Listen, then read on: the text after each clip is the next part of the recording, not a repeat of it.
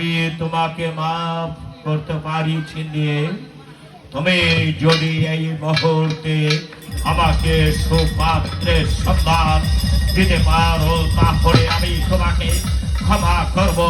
আর যদি তুমি সুপাত্রের সন্ধান না দিতে পারো তাহলে আমার হাতে চাবুক দিয়ে আমি তোমার দিকে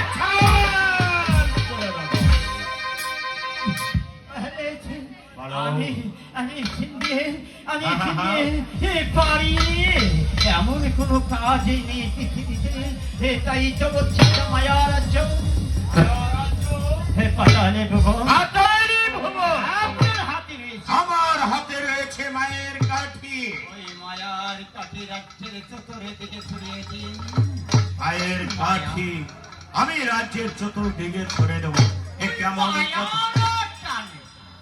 মায়ার টানে যদি কোনো যুবরাজ সে করে হরিণের শিকারে, তাহলে মায়ার ফাঁদে পড়ে চলে আসবে আপনার রাজ প্রাসাদে। তখন আপনার কন্যাকে তুলে দিন।